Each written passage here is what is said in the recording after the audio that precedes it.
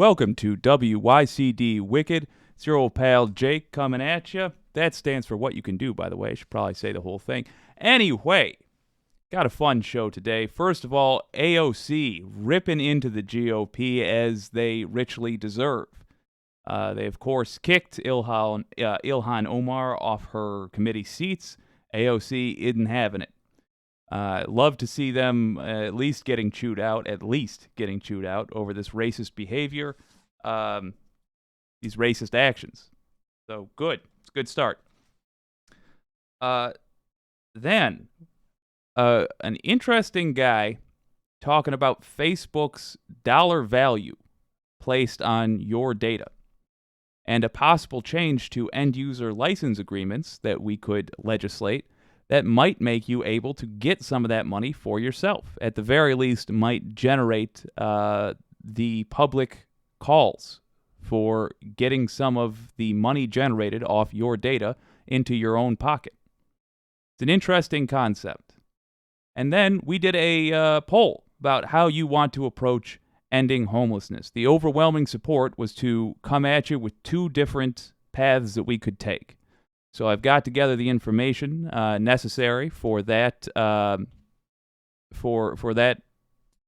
both of those paths. Put them together, and I'm hoping that we find one that we like and pursue it. Both are completely within the realm of possibility.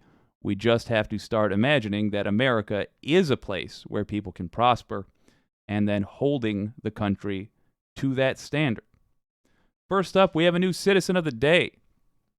User I6 says they have registered as a Dem instead of an independent precisely so that they can vote on which Dems to vote on later. That is exactly what we should all be doing. Make sure we are getting our voice heard in every step of the process. Don't just wait for the run. Don't just wait for the main election. Vote in the primaries.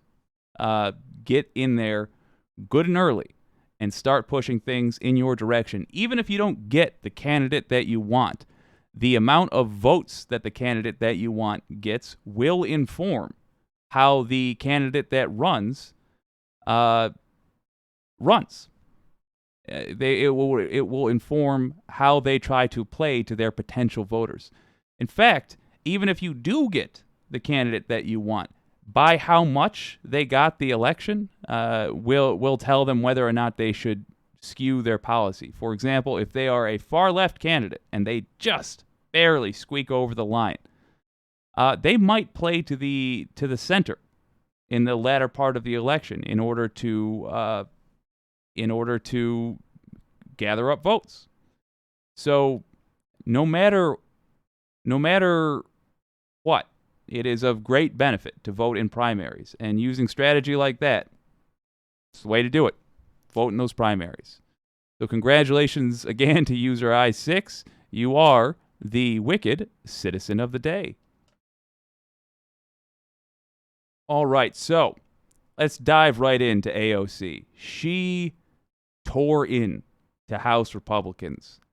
This is a clip from MSNBC. Credit where it's due. Link in the description. Check it out.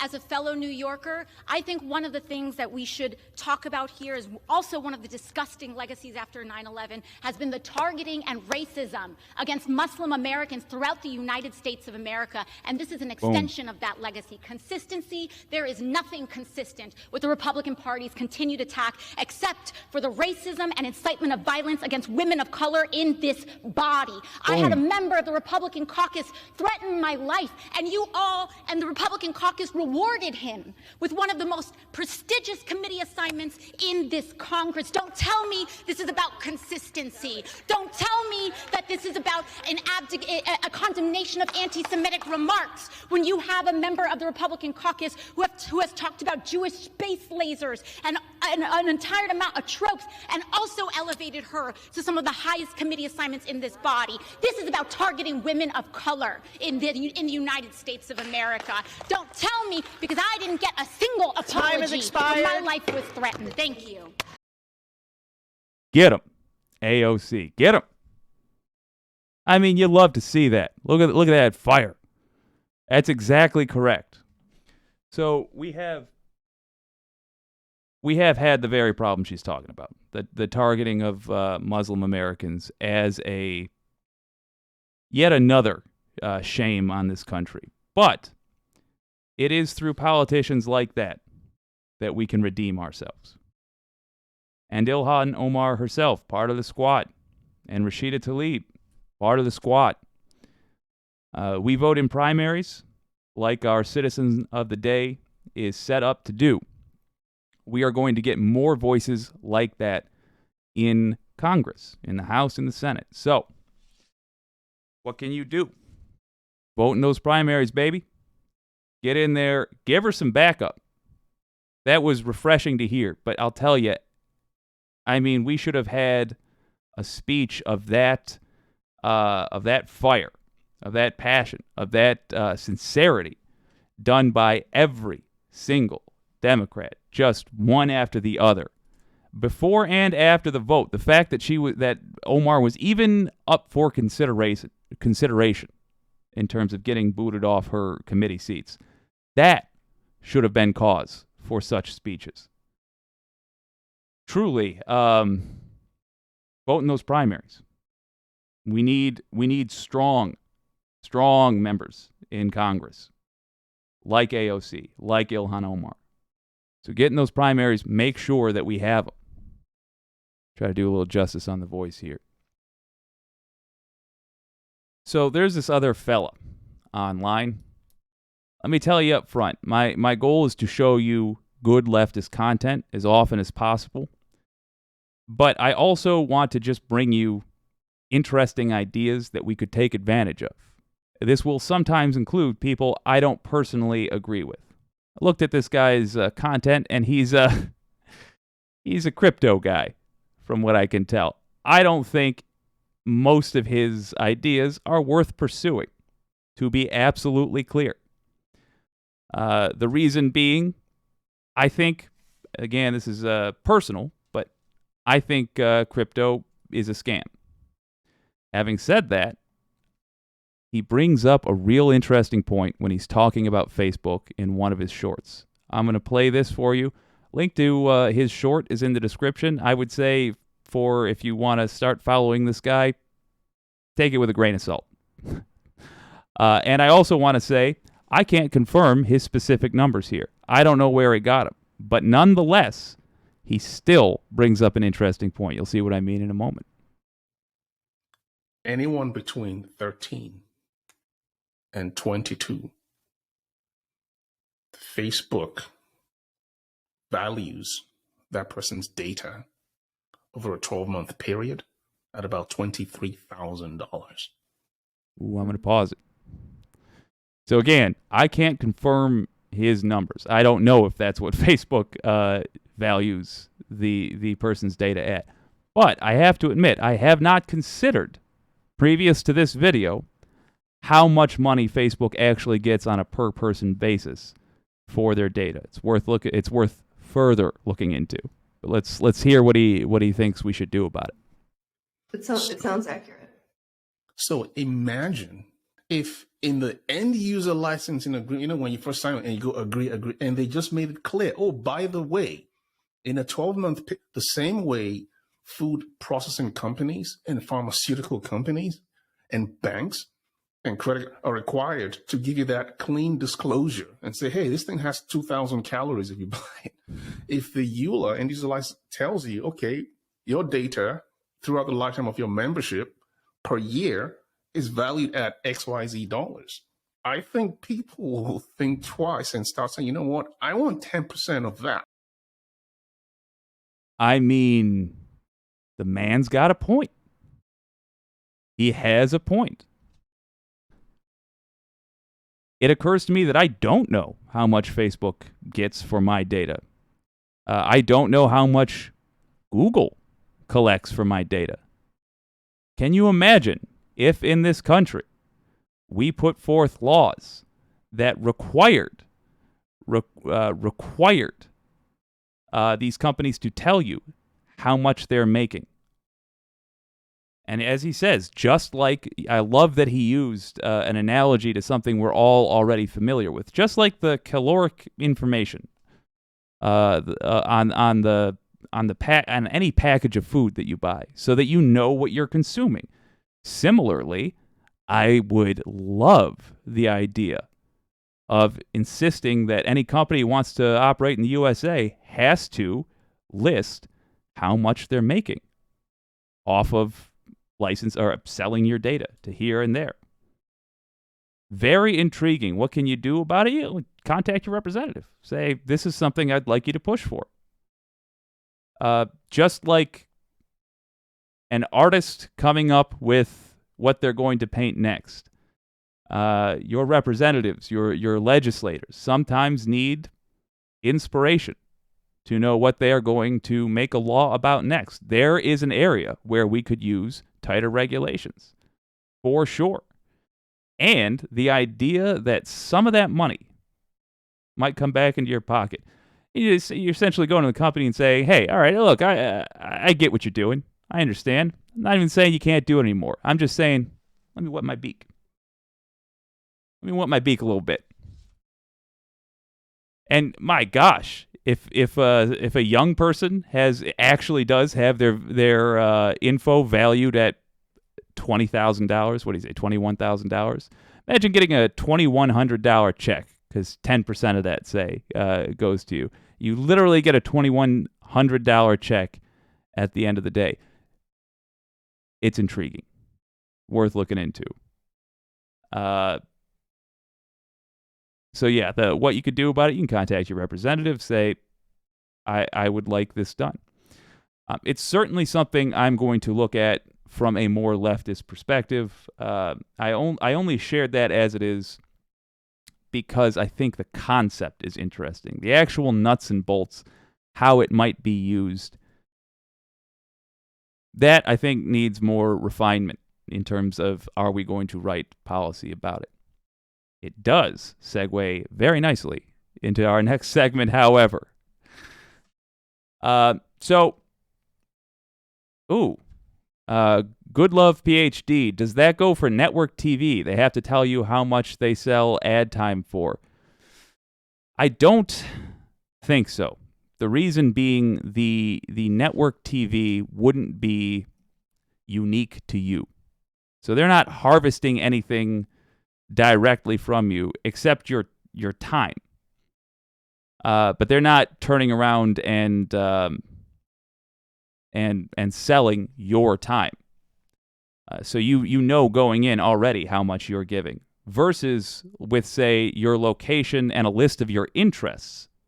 In fact, let's talk about my previous work as a salesman. One of the things we were looking into when I sold ads for the radio was specifically that.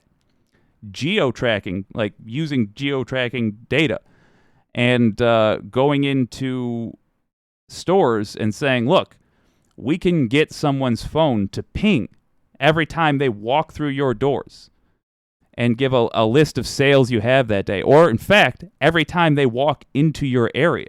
So they're just down the block from your store. That's when we can have the ad go off and then notify them that, oh, I'm in the area and there's a sale going on? Well, maybe I'll swing on by REI or Dunham's or whatever. So there's actual tangible value to that, and we don't know what it is the issue. But I think it's worthy of cracking into because there might be value there for the American people. It's a good question. So we put up a poll asking folks, how do you want to pursue an end to homelessness? Because we have multiple options here. Top answer was look into UBI and look into free housing, or rather housing as a right for people. I have to tell you, this is one where even after putting up a plan for both, even after looking into, okay, what's currently going on that we could piggyback off of, or what do we have to start from scratch? Both seem so good. I'm happy to go after either as the let's call it the focus of solving the problem. Let's just look at what our options, though. Let's just look at what our options are, though, so that we can be crystal clear about how realistic this is. So first of all, a UBI, Universal Basic Income. That has been tried already. Yeah, that's right. Already in effect. Let me drag and drop what I'm talking about in here. Let me tell you about this fella right here. His name is, well, that's not the screen I wanted. There we go. His name is Michael Tubbs. He was a mayor in Stockton, California. He's currently on Gavin Newsom's, I don't know, some advisory committee. But what he implemented was called the SEED Project. It was the Stockton Economic yada yada yada. Let's look at what it was. It was the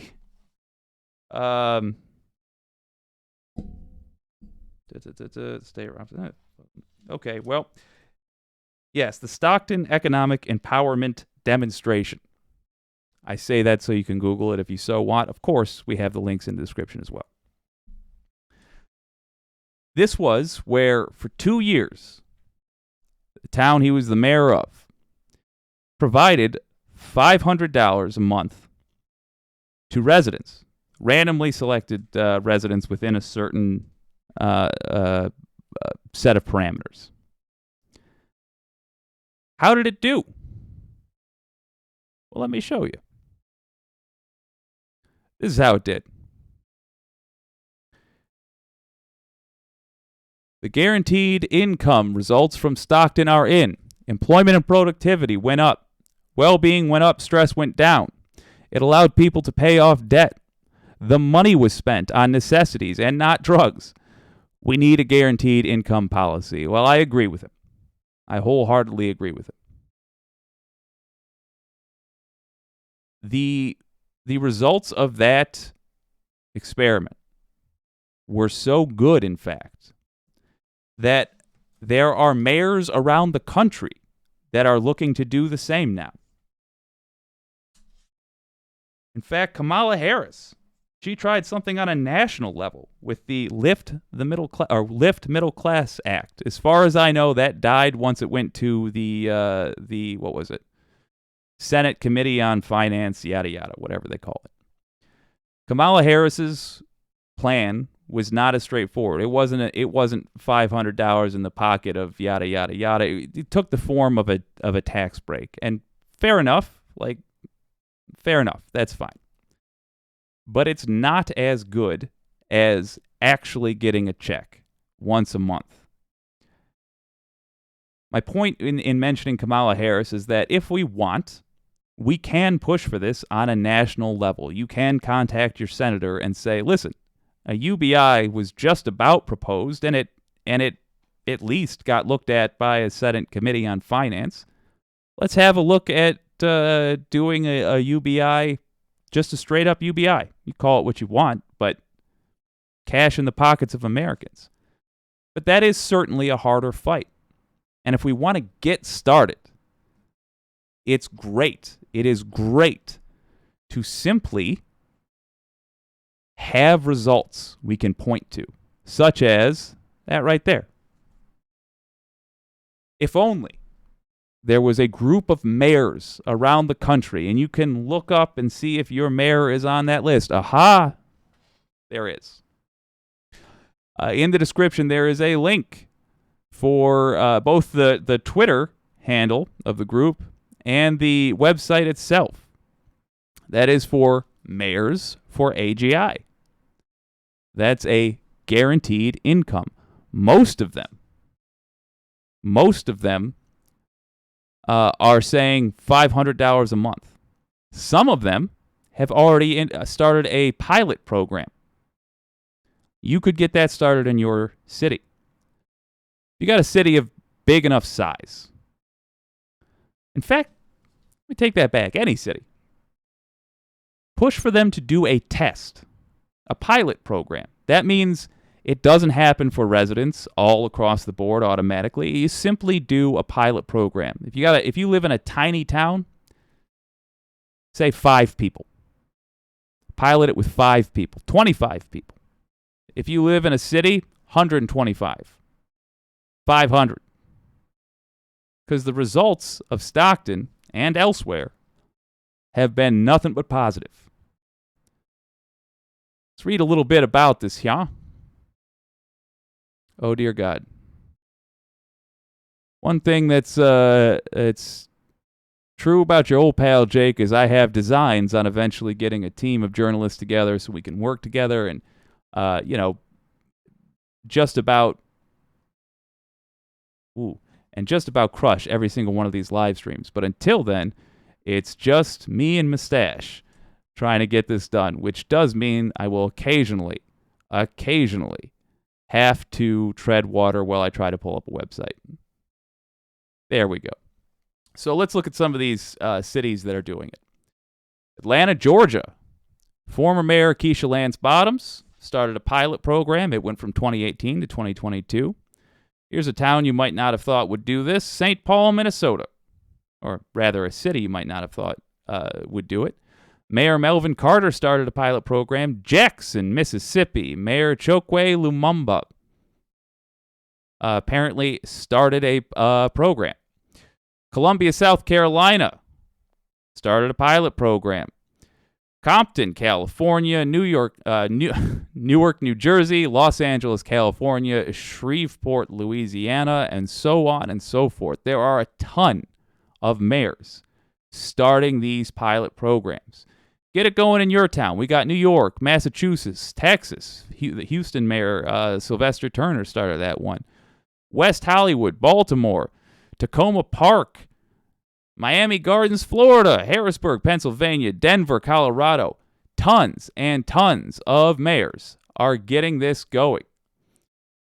You can absolutely start a UBI pilot program in your town.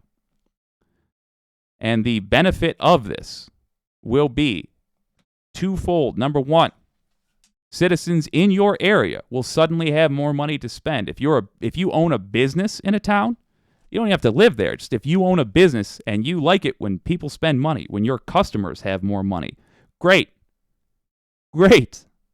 Support that program. Even if you hate all other human beings on earth, don't like them, you just like making money yourself. That's still a great reason to get that started in your town because it's more customers. So yes, starting a UBI, universal basic income, you can have that begun on a local level until it is done locally so often that people who don't live in UBI towns get jealous and demand they get a state UBI. It's essentially the way the left tends to win all fights. We say, okay, we're going to live our lives a certain way. You do you, boo. And boo generally ends up seeing the grass being quite greener on the non-terrible side of the fence and then insists they have green grass too instead of resisting lawn care. That's what happens. So let's make it happen. Start a UBI in your town. That's option 1. Option 2, free housing for people that don't have a house. In the U.S., to my knowledge, there's not a program like this. That does not mean no such program can exist. Here's an article from The Guardian talking about Finland's free housing. Let's have a look at it. It begins by discussing, by the way, an individual, who's a couple of individuals, a group of people who are living in regular-looking apartments. Here is the reality of that. It is important that they are tenants. Each has a contract, pays rent, and if they need to, applies for the housing benefit. That, after all, is all part of having a home and part of a housing policy that has now made Finland the only EU country where homelessness is falling. This is post-COVID, folks. When the policy was being devised just over a decade ago, the four people who came up with what is now widely known as the Housing First Principle, a social scientist, a doctor, a politician, and a bishop, just want you to remember, none of those folks were, to my knowledge, already in politics. They simply came up with the idea and they pitched it to the people that represent them in government. Remember, that is totally within your power. Called their report Nimi Ovesa, your name on the door. That's cute. I like that. Oh boy, there we are. It was clear to everyone the old system wasn't working. See if this sounds like the United States to you, folks. The old system wasn't working. We needed radical change, says Juha Kaiken. God help me, it's Finland. The working group's secretary and the first program leader who now runs the Y Foundation, developing supported and affordable housing. We had to get rid of the night shelters and short-term hostels we still had back then. They had a very long history in Finland, and everyone could see they were not getting people out of homelessness. We decided to reverse the assumptions. Excellent. Excellent. They identified a problem. They chose not to ignore it. They chose to take it seriously. So what's it look like? What are the results of all this work? As in many countries, homelessness in Finland had long been tackled using a staircase model. It's what we use. You were supposed to move through different stages of temporary accommodation as you got your life back on track, with an apartment as the ultimate reward. Yay. We decided to make the housing unconditional, says Kaiken. There we go. To say, look, you don't need to solve your problems before you get a home. Instead, a home should be the secure foundation that makes it easier to solve your problems. Yes, that's what I'm talking about. That is a much nicer way of the example I gave in the previous video when I was saying, imagine smelling like the street, smelling like not like you haven't washed in 3 weeks because you haven't washed in 3 weeks. Imagine not being able to brush your teeth somewhere. Imagine not being able to shave somewhere. And then you try to get a job? Uneffing likely. Unlikely.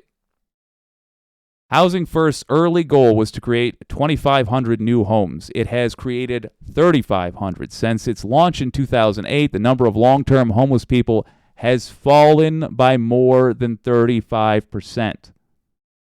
Not just people who sleep on the streets, but are homeless at all, has fallen by more than 35%. Rough sleeping has been all but eradicated in Helsinki, where one 50-bed night shelter remains and where winter temperature can plunge to negative 20 degrees Celsius. Imagine a decade ago where this wasn't in place. Trying to survive in that weather. The city's deputy mayor, Sanna Viskansa, says that in her childhood, hundreds in the whole country slept in the parks and forests. We hardly have that anymore. Street sleeping is very rare now. Man, it's totally doable. So how could we implement that in America? How could we pay for it? How could we get that done? I'm calling this heavy crown law. We should make heavy crown laws. Canada, for example, just banned foreigners from buying homes in Canada. Why? Because way too many foreign real estate companies were swooping in and buying up land. Guess who's foreign in this case? In the U.S., we wouldn't have the guts to do anything like that. But what we do have is tons and tons and tons of real estate companies that own way too much land. They own way too many properties. Let's see. Top real estate rental companies.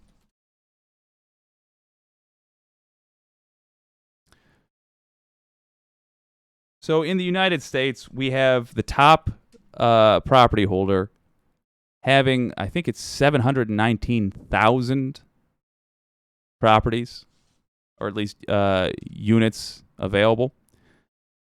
Just that rental agency has more property than there are people who need a home. Just the top property seller. What can we do? We can pass state laws or federal laws. We could approach this either way. That means contacting your state representatives, or contacting your senator, or simply talking to your governor. But we could pass laws that require the biggest home rental agencies to supply free homes for the homeless. After all, these are the people who are contributing, the rental agencies are contributing to the homelessness problem. Why not make them pay for it? Literally. You want to do it in terms of a tax? Okay. But wouldn't you rather?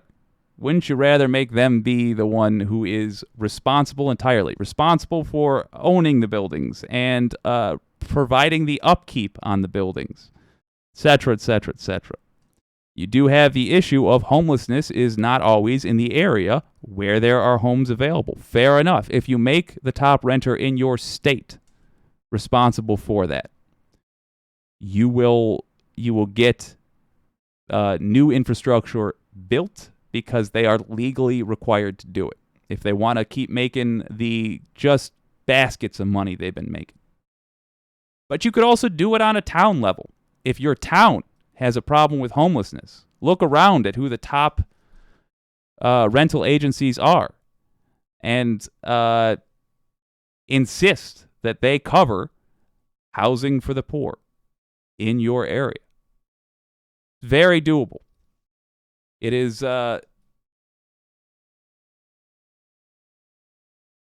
it's one of those things where we get told very easily, without much resistance, that, oh, it's a shame, but nothing can be done. Or it's a shame, but it's going to take years to solve. It could take a day to solve.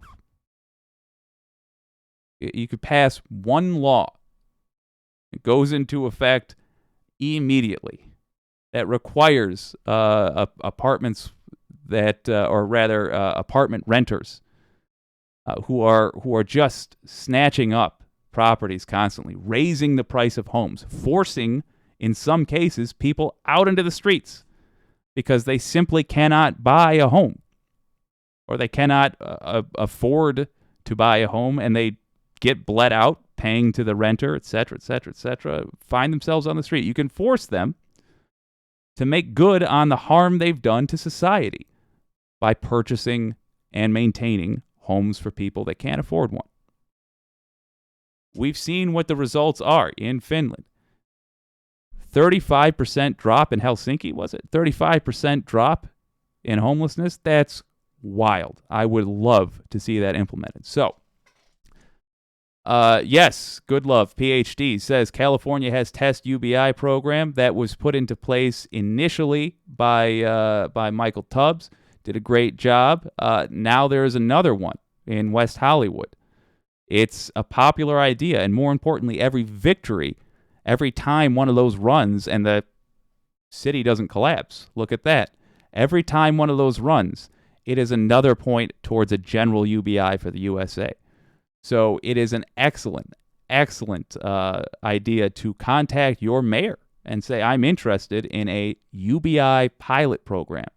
Or rather, if you want to use a less politically charged word, a GI pilot don't want to call it that. An AGI pilot program, as in a guaranteed income pilot program. If you call it a pilot program, by the way, number one, it makes it clear that you're not saying commit to this for the rest of forever. It's simply see how it works. See how it works.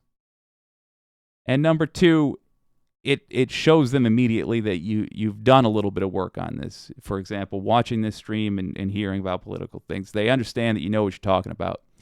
And with the link I've provided, you can show them, look, Other mayors are doing this. Other mayors are doing this all over the country. You could do it too. You could be that cool mayor that I like.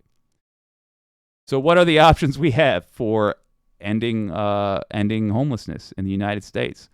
Number one, UBI pilot programs. Look at the links. You can start it at a local level, simply by contacting your mayor, your city council, getting it going. Or, hey, anti-corporatist, what's up, fam? Good to see you. Or you could do the same thing, but with a heavy crown law, as in the top real estate seller in your area, be that the state, be that the town level, be that at if you want to say, let's try this nationally.